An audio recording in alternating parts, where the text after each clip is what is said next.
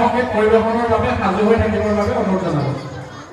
নমস্কাৰ, আবৃত্তি কৰিব লৈছোঁ নিৰ্মল প্ৰভা বৰদলৈৰ ৰচিত কবিতা।